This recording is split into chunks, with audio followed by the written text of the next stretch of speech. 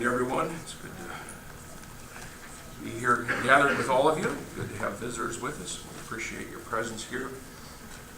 I'm going to start this morning. I wasn't really sure how to start this morning. You'll see the topic in just a moment. I guess we'll start this way. Years ago, when we lived in Ohio, a couple from the church that lived across from us gave us a little plaque. And on that plaque was a little Bible saying, and we've had that plaque around us, ever since then. It seems like, and you get to see in that thing, and you kind of get used to it being there, and the message from that, because the Bible verse kind of comes back into your mind from time to time, and that's a good thing. And maybe each of you have things around your houses that remind you of that. We should have. Okay, we should think about those things often.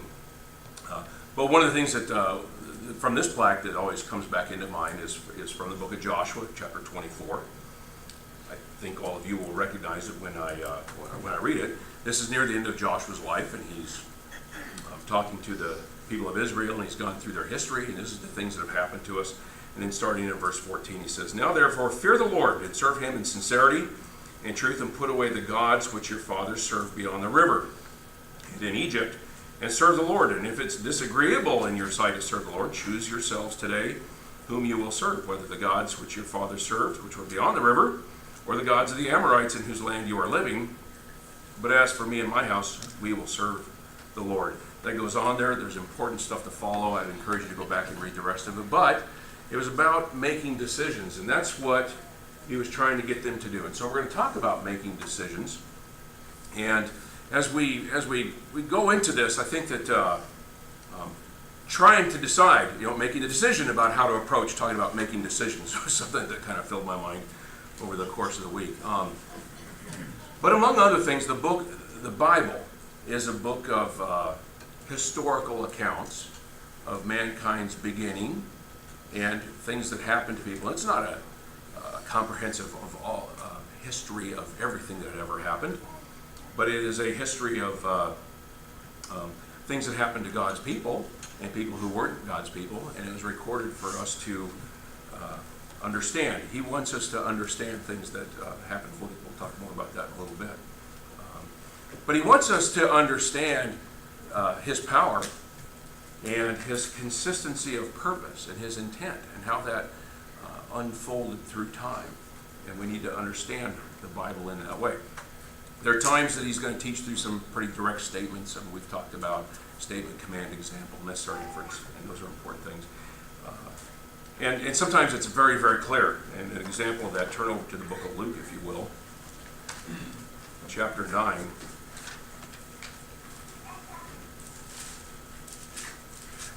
That is not the verse I'm looking for.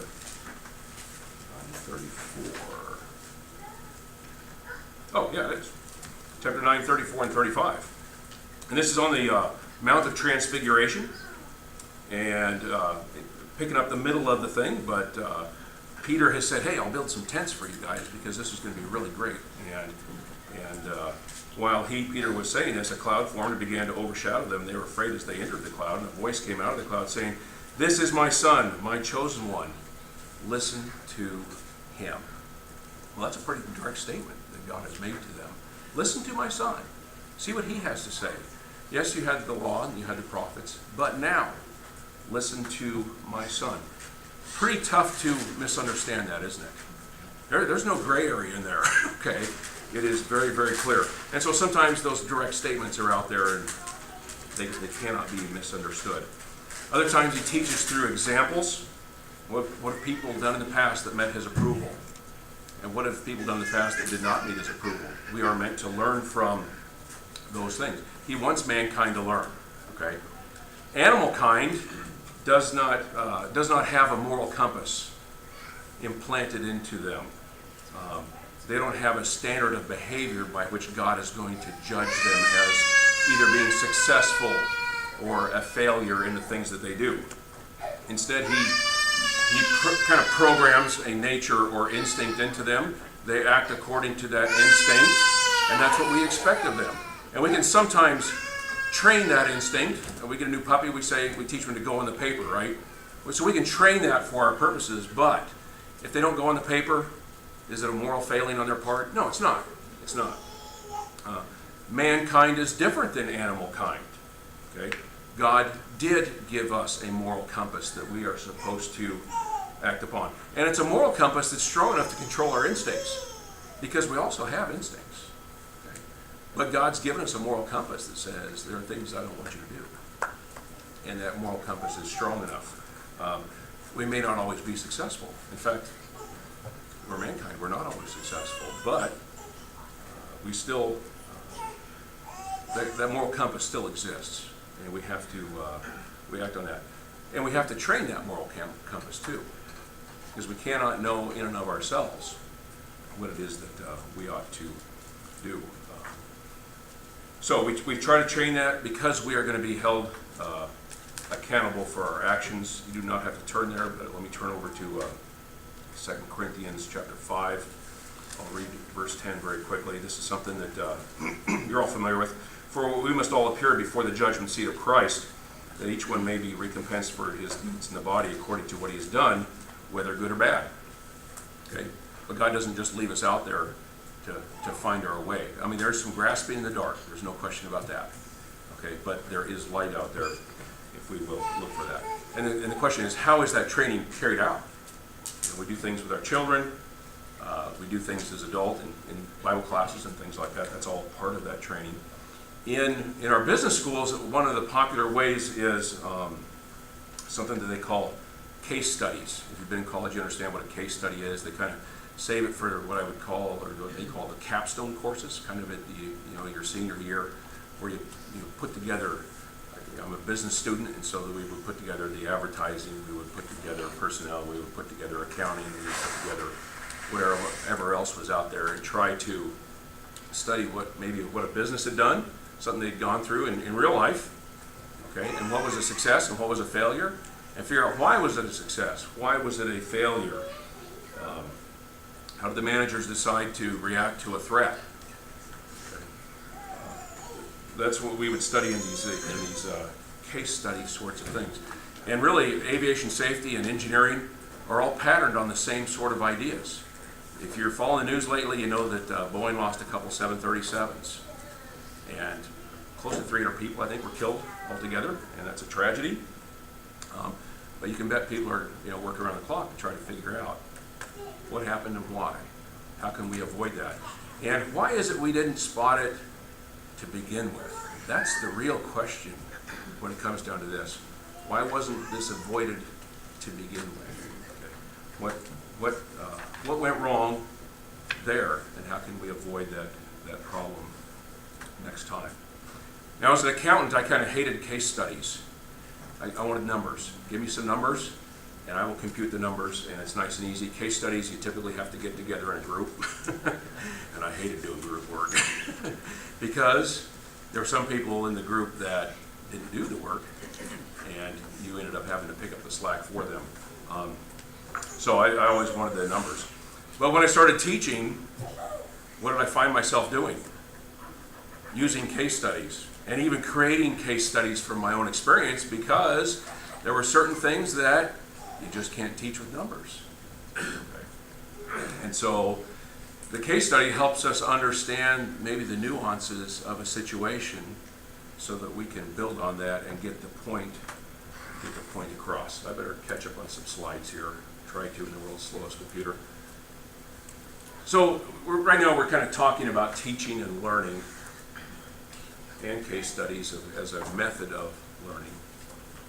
We're going to go on to talk about problem solving and use that as a springboard really to talk about spiritual decision making. That's where we're going with this. So we've covered that, and case studies. What I want us to understand now is that I think it's useful to look at the Bible as a series of case studies. All these things that have happened throughout history that God wants us to understand. People failed, and people were successful. And we look at those things that they did and learn proper lessons from them so that we do not make the same mistakes. We're going to make some new ones maybe, but we don't make the same mistakes, and we build off the things where they were successful. because there's a lot of good characters in the Bible that have done a lot of things. If you think I'm making too much of a deal out of the idea of the Bible as a series of case studies, turn over to 1 Corinthians. I will have you turn there. And in chapter 10,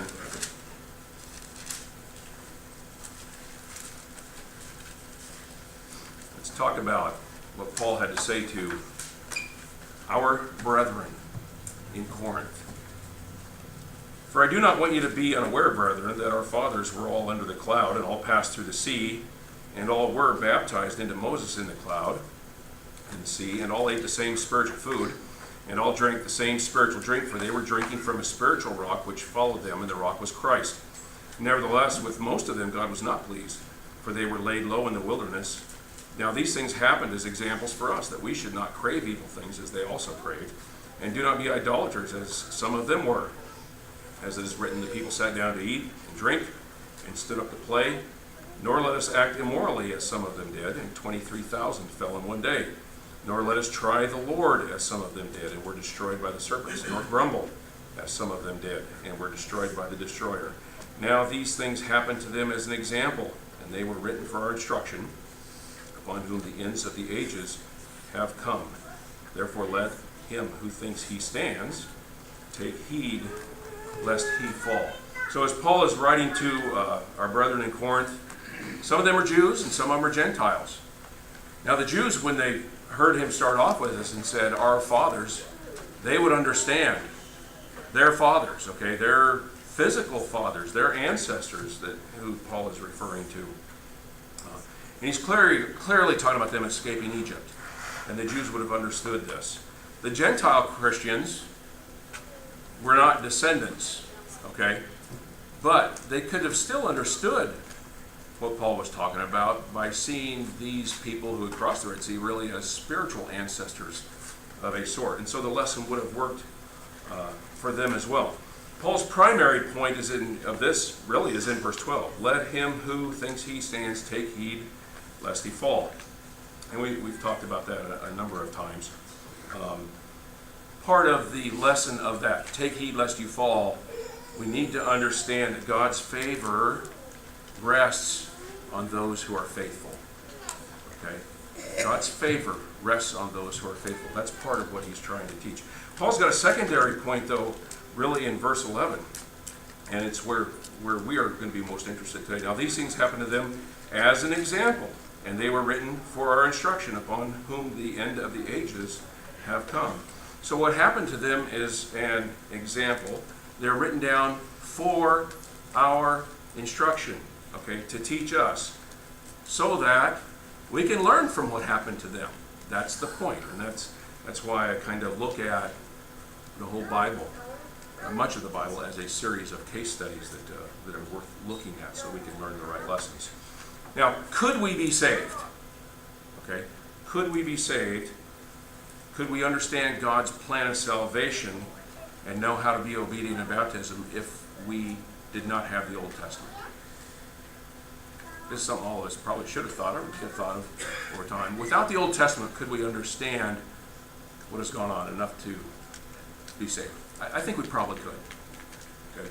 But would we be as strong in our faith without what's back there? Would we have as full of an understanding of the plan of salvation? Because there are so many things in the Old Testament that help us understand the context of the New Testament.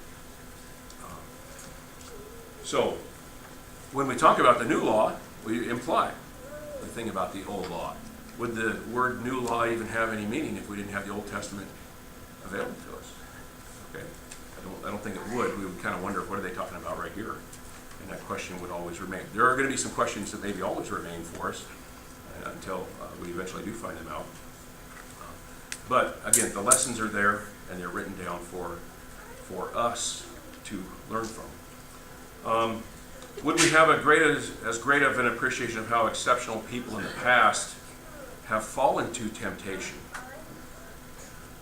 and what it implies for the risks that we face if we didn't have those examples out there? Okay?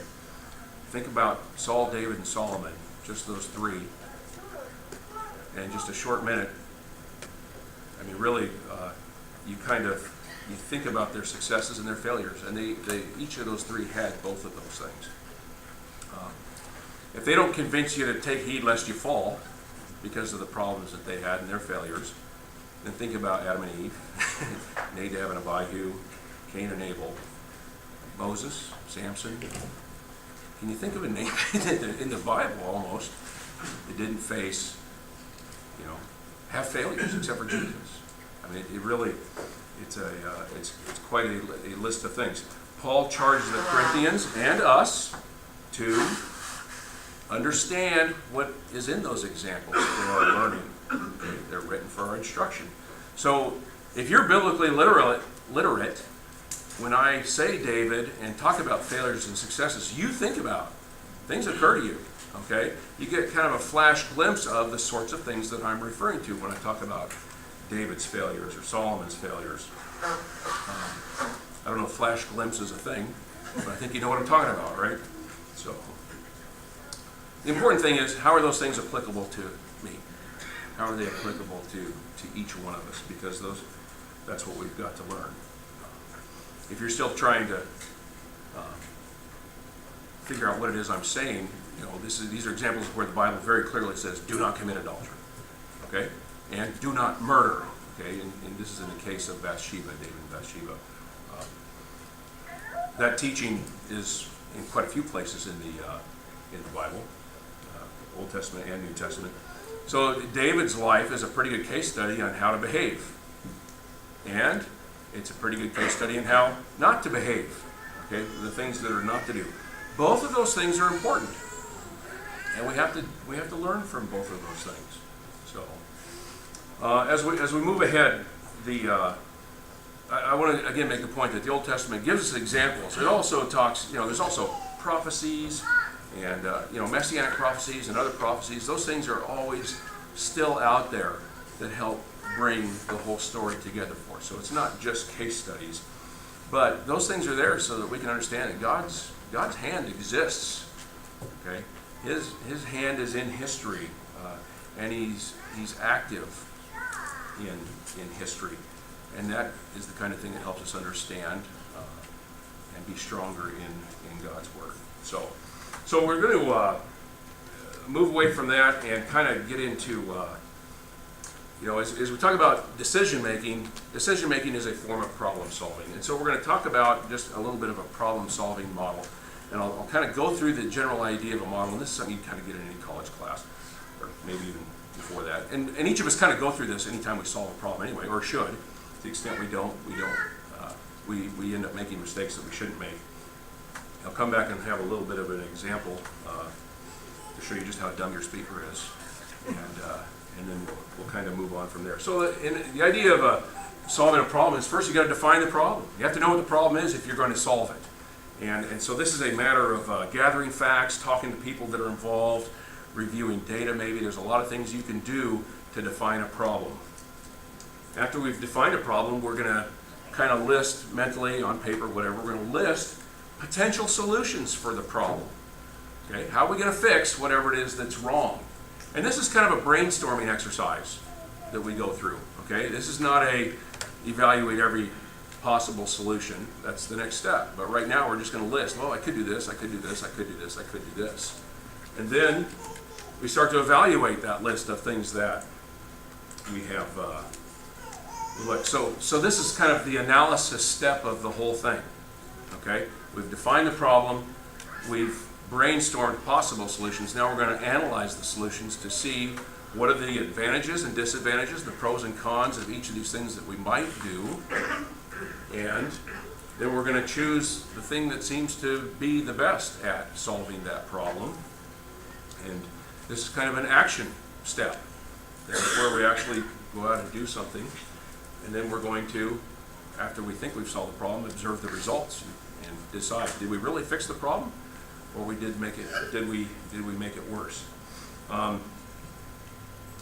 So I said I'd show, and then there's a kind of a feedback loop in there to start over again. Did it work? Because if it didn't work, I've got a new problem. And I've got to reevaluate, gather more data. Okay, so it starts over, and really, when it comes right down to it, it really never stops. That's the important thing to get from that.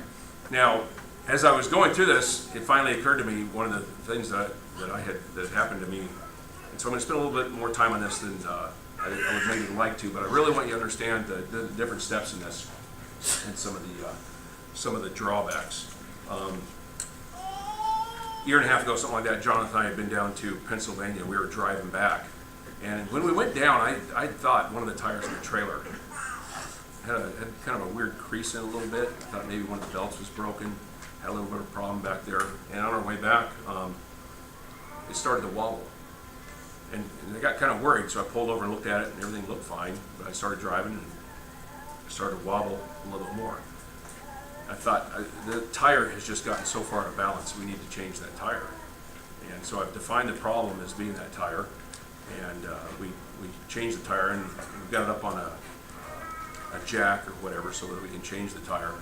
And Jonathan walks around the truck on the other side after we've done changing this tire, and comes back and says, Dad, should that back wheel on the truck be leaning sideways just because we have the trailer jacked up? And you've all had an oh no moment, haven't you? Okay? And this is my oh no moment in this whole thing. Because I got so convinced myself that my problem was a tire on the trailer, I'm not even beginning to look on the truck. Okay? Well, the wheel lug nuts on the left rear of the truck had gotten loose and destroyed 4 of the 8 studs, damaged 3 of the others. I think 1 was good. Ruined 2 wheels. Okay? And because I've misdefined the problem, where am I? I'm much worse off than where I was, just because I've misdefined the problem. I'm so keyed in on convincing myself that this is the problem that I've misdefined it and gone the wrong way. So I was looking in the wrong place, and I was a lot worse off than I need to be. Now, in terms of listing potential solutions, we're down in Pennsylvania, down around Wilkes-Barre, as I remember. But what are we going to do? What are we going to do? What are we going to do? And so we start kind of listing in our minds the solutions. What is it we can do about that? Find a local repair shop to fix it. That's reasonable. Call somebody with a truck that works to come get us.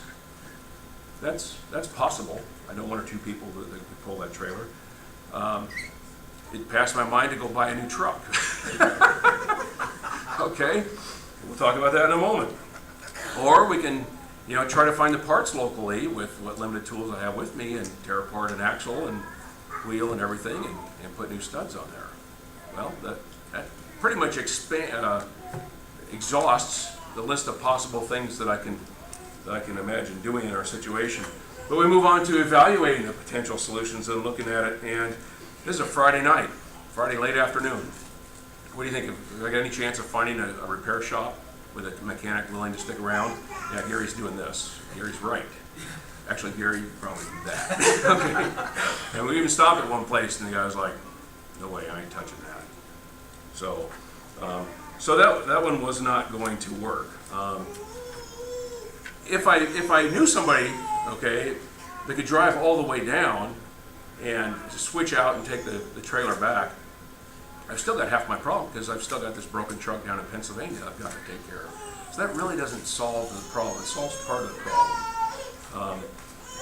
If I'd gone out and bought a new truck, would it be set up for towing? It doesn't work, which is good because that would have been an expensive solution to what ended up being really a $20 problem that had grown into a several $100 problem by the time I'd gotten my hands on it. So, or I can look around locally for the parts that I need, and that involved, a trip to several different dealers and auto parts places before we could finally put together the parts that we needed to do it. And so, in terms of implementing the solution, we were able to find those parts and find a parking lot and work on the thing and get the thing done. And then, in terms of observing the results, so we drive back to where the trailer is, stuck out on the freeway, and we check the lug nuts. Okay, they're all tight. So we hook up and we drive 5 miles. Okay, I'll drive 5 miles, stop, get out, check the lug nuts. Okay, they're all tight. Drive 10 miles. check the lug nuts are all tight. Okay, let's go to 20. So, and we kind of worked our way all the way back home doing that, but that's kind of part of the feedback loop, trying to observe results. And is the solution that I implemented, not perfect, but is the solution that I implemented, is it working? If it's not working, I need to revisit the problem. If it's working, then I can proceed on. So, okay, fairly clear. It's going to get a little bit more complicated because we're going to start talking about spiritual things.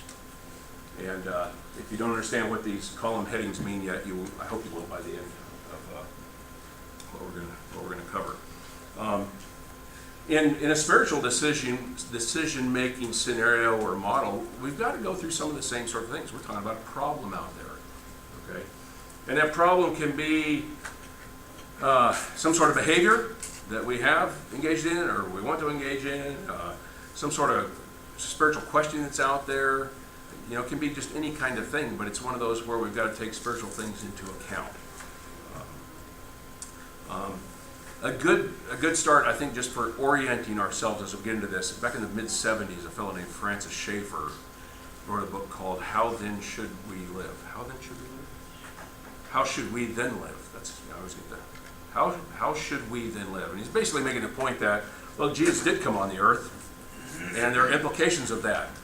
Given all this evidence we have, how is it we should conduct our lives? That's what gets us into this model. Now, defining the problem in just a normal problem-solving thing is a lot of times quite a bit easier than what it is right here. This can be difficult, but it's every bit as important. And we've got to understand that it kind of implies that God has made His will known in a matter, and then it's a matter of figuring out what that will is. Okay. I need a new car. Suppose I need a new car. Okay. I'm going to have to decide some things. What color of car is it that I'm going to choose? Okay. Stephen is old to have a new car. They chose blue. John and Rhonda bought a new car. We chose white. Gary's got gray. Lee's got green and red. Okay. Garrett and Tony have black. Why can't we all get along? Okay. Why can't we come to an agreement on something so simple as the color of a car? And if we can't come to agreement on something so simple as a car, how can we ever get to heaven? Okay. Now, you see that that's ridiculous, right? Everybody understands. That's a ridiculous sort of approach to making a decision. Okay. Why? God doesn't care about the color of a car. That's why. Okay. God doesn't care. Unless it's black, right? It doesn't matter what color the car is. The color of that is not example. And in New York, what color is it going to be in 3 years? Rust. It's going to be colored like rust anyway. So it just doesn't matter. So let's change the scenario a little bit. Should I get a blue van or a red Lamborghini? Ooh, yeah. Lee's thinking like I am. The red Lambo, right? Okay. I can't afford the red Lamborghini. Lee can't afford the red Lamborghini. But I've got to have transportation, right? If I buy the red Lamborghini, my children will starve because I won't be able to afford anything else. The bank will come take my house away. My house is paid for, so I don't have to worry about that. But we'll be out on the street, right? Because I really can't afford that. The point there, though, is we'll be out on the street in style because we'll have a red Lamborghini. And if I want to, I can put a sticker on the back, on the bumper that says, Jesus saves. And the gospel will be spread, right? You think anybody sees a Jesus saves sticker on the back of a red Lambo? They see the red Lambo, right? Okay, but is God indifferent now? A little bit harder to, okay? Now, I think it's still fairly obvious, because if you look at 1 Timothy chapter 5, and I got to tell you, I've read the Bible through a number of times in different translations. God never condemns red Lamborghinis, right? Has anybody seen that condemned out there? You haven't. Is that permission to buy the red Lamborghini? 1 Timothy chapter 5, verse 8. If anyone does not provide for his own, and especially for those of his household, he has denied the faith and is worse than an unbeliever. The red Lamborghini is out of there for me. I suspect it's out of there for most of you because of that verse right there. Solomon probably could have driven the red Lamborghini, okay? But he had the wealth to do the red Lamborghini without putting his family at risk. Now, he put him at risk for other things, didn't he? For spiritual things. So, okay. Part of what the lesson from that needs to be is that anything that I might do that prevents me from providing for my household, okay, anything, that is something that I need to avoid. And so God's principle covers the question of the blue van or the red Lamborghini. So it's important in this step, though, that we don't intentionally misdefine the problem, because sometimes people do this, and we are susceptible to this, and we need to be aware of this. And so we can ask the question, does this person have the scriptural right to marry me? Or, and have that be the problem. Or I can define the question as, well, I look at it this way, doesn't God want me to be happy? Because those two questions end up in very different places, don't they? Very different places. And so we have to make sure that we are asking the right questions if we want to really get a solution to the problem. And so I need to consider, well, between those two questions, the second person, their question really ought to be, do I want God to be happy with me? Okay. That's the question that should have been asked. So I need to consider this. What's the spiritual impact of this on me? What's the impact of this on my family? What's the impact of this on the church? So, okay. One of the ways that we go with this is to look at the realm. Realm may not be real clear right now. It will clarify itself soon, I hope. But when we're looking at things and trying to decide where in this spiritual decision-making model are we need to consider some things that are spiritual things. Is this a spiritual question or not, is the idea. The realm is spirituality in this line of thought. And questions I would put there is like the idea of should I be a theist or an atheist? Will I decide that God exists, or do I believe that God does not exist? That's a spiritual question. Okay? And it's something that needs to be considered from a spiritual standpoint. Am I going to accept or reject the authority of the Bible?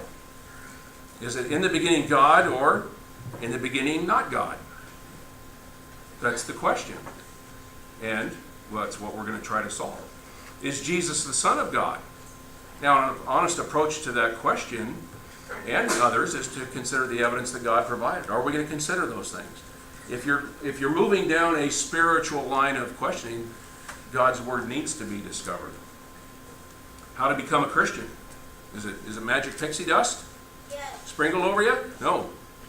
Or is it water immersion of a penitent believer? Okay. What does God say about it? We better see what He has to say. Should we assemble with the saints? Should we study God's Word at all? Those are things that need to be considered, and what I'm suggesting is that there needs to be a filter for those lines of questionings where we look at certain things to decide what is it we are going to accept. And those questions need to be filtered through, in this case, God's Word. What God has to say is important on how we got here. What God has to say is important on whether Jesus is His Son. What God has to say on marriage and divorce is important. And so we filter those things with God's Word. And in the end, our actions are whether or not we are going to believe and be obedient to what it is that God says. So, this filter again these are places where God has definitely spoken, and we definitely have to listen as a result of that. Okay. Let's jump down to the physical realm. Okay. And let me give you an example of that. Blue van, black van. Again, nobody cares. We've talked about that. Carpenter linoleum. Okay, and God is completely indifferent to these sorts of things. Should I use paint or stain? Okay. It's obvious. God doesn't care. He's not provided us any guidance in the matter when it comes to that.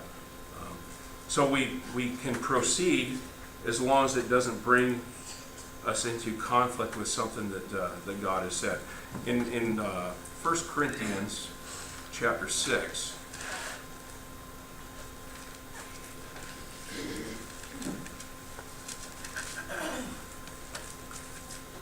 this is one of these verses that when I think about it, I always have to think about it 3 or 4 times to kind of help get it straight. All things are lawful for me, but not all things are profitable. All things are lawful for me, but I will not be mastered by anything. He says something very similar in chapter 10, verse 23. He's not saying anything I can choose to do is lawful, but more of every lawful thing for me is not necessarily a profitable sort of thing. I'm not going to be mastered by anything. Does this thing build me up? Okay, then yes. If it doesn't, okay, even though it's lawful, then I'll stay away from it. If I'm buying cars or houses and they're not affordable, then I look in Proverbs 22. It says, you know what, the borrower is slave to the lender. And so, will I enslave myself to anything? Do my best not to. So, I'll stay away from those things. In this case, the filter may be what I will just kind of call a benevolent advisor. Okay, somebody that you can go to for advice, whose advice you trust, and maybe somebody who has expertise in the area. If you're married, chances are your spouse ought to be in that box. But if your spouse doesn't know anything about cars, don't go to them for car advice. It'd be like going to your Amish for advice on a used car. I wouldn't do that. So if I was buying a horse, I'd go ask my neighbor, because my neighbor knows horses. So that benevolent advisor, though, will help us see, some things that maybe that cloud our judgment, or that we're just not so much clouding our judgment, but clouding our idea of what the facts are out there. And so we trust that person. And if everything works out all right, we might proceed with that action. But it's a purely physical thing of which God is indifferent. There's not much danger there. The danger lies kind of in between here, because there are physical things out there that have a spiritual component to them, that have a spiritual impact on us, like our education. What kind of education am I going to go out and get? What's the purpose of my education? Okay. What school am I going to go to and where? If I'm going to look around and decide to go to a school because it's a party school, that's my first choice. And the second choice is, what is it that I need to study while I'm there? We've got things very, very backward. And there are publications out there of what are the greatest party schools. It'd be good to refer to that as a place not to go, right? Those are the kinds of things you want to learn there when you're talking about things of a physical nature that have a spiritual component to them. How about my job or my career, what I'm going to pursue for a vocation? A well-paying job is a nice thing, but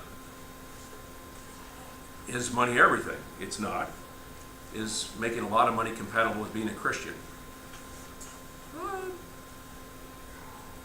Maybe that's unanswerable. You can make a lot of money selling marijuana in one of the states where recreational marijuana has been legalized. Okay? Good decision? Terrible decision. Okay? Because the Bible teaches not about marijuana, but it talks about intoxicants. Okay? And you do not want to violate the Bible's teaching in that regard. How about housing? Is the place that you live going to have an impact? You're going to buy a house 150 miles away from the nearest church? Only if you're going to start a new church. Okay? Because there's not one there. Other than that, are you going to make things, is it going to be a place that's unaffordable? Ephesians 4:28 is the verse where it says, let him who has stolen, basically, get a job. and go to work so you can help other people. 4:28. Let him who steals steal no longer, but rather let him labor, performing with his own hands what is good, in order that he may have something to share with him who has need. That's a principle that God has given us to keep our spending under control so that we have an excess to share with others that are around us. And so housing is a physical question, but there's a spiritual component to it, and we need to consider that. What we're really doing is we're filtering, and this box, don't wait for an answer there, because I don't have a name. I don't have a label for that box. But what's important about this box is that we've got to get advice from God's Word, okay, to help make our decisions down there. How about our marriage prospects and choices? Jesus did some speaking and teaching about marriage. Okay. Paul and Peter were inspired to expand on that teaching and help us have a better understanding. We have to take into account those lessons because they're there for our instruction. If we're going to make godly decisions in the area, that's an important thing. Our recreation and entertainment choices. What are we going to do with that? Jesus needed time off, right? What did he need time off from? Was he tired of not sinning? No. Okay, so our recreation isn't an opportunity to go out and sin. Okay, Jesus needed time off from the crowds. Okay, and just the kind of the busyness of life, and we all need that. But the choices that we make in our recreation and entertainment are important things, and so we need to take God's Word into account for that. Stewardship, how we spend our money just in general, I'll kind of hit that a number of times. But God has given us certain gifts. How are we going to use our talents and our money to glorify Him? Those are important. So the filter here is primarily God's Word, but also the benevolent advisor. They're not going to. A benevolent advisor will not take away anything that God has said. Okay, they will not do that. What they will do is help us see things that we've missed. Okay, and so they've got an input there. You can see the weight of the arrows, kind of giving us an idea of which of those is more important. So the actions after going through this process, and again, it's a problem-solving process. The result of that is to act. IAW. All of you in the military know what that means, right? And I thought after I put that down, I wonder if everybody else will. But in accordance with, it's a very popular government acronym. Okay, in accordance with. So act in accordance with what His Word. What does His Word say? Colossians 3:17. Whatever you do, in word or deed, do all in the name of the Lord. Okay, that's what I am talking about right there. And giving thanks through Him to God the Father. There's our direction. Okay. Do all in His name. So that really is the end of my lesson. There's not too much more than this, other than make the one final point that if you look closely at this, what I hope you will understand and take with you, and you can kind of mentally chew on this for a while, is that in each case, which knowledge precedes action. Okay? Deciding what to do, deciding that I've got a problem, I've got a question I need to solve, and then gathering the data and figuring out what the knowledge is. After having that knowledge, that's when we are safe to proceed into taking action. If we take action before the knowledge is there, what are we doing? We're changing trailer tires when it's the truck tire that's the problem. Okay? And we're not going to solve the problem that we're trying to solve. We probably won't even solve the problem that we think we have, because it may not have been a problem at all. And so defining that definition is a very important thing that we need to go through. And we need to remember to look to His Word for the guidance that we need if we're going to please Him. I hope that gives you something to consider today.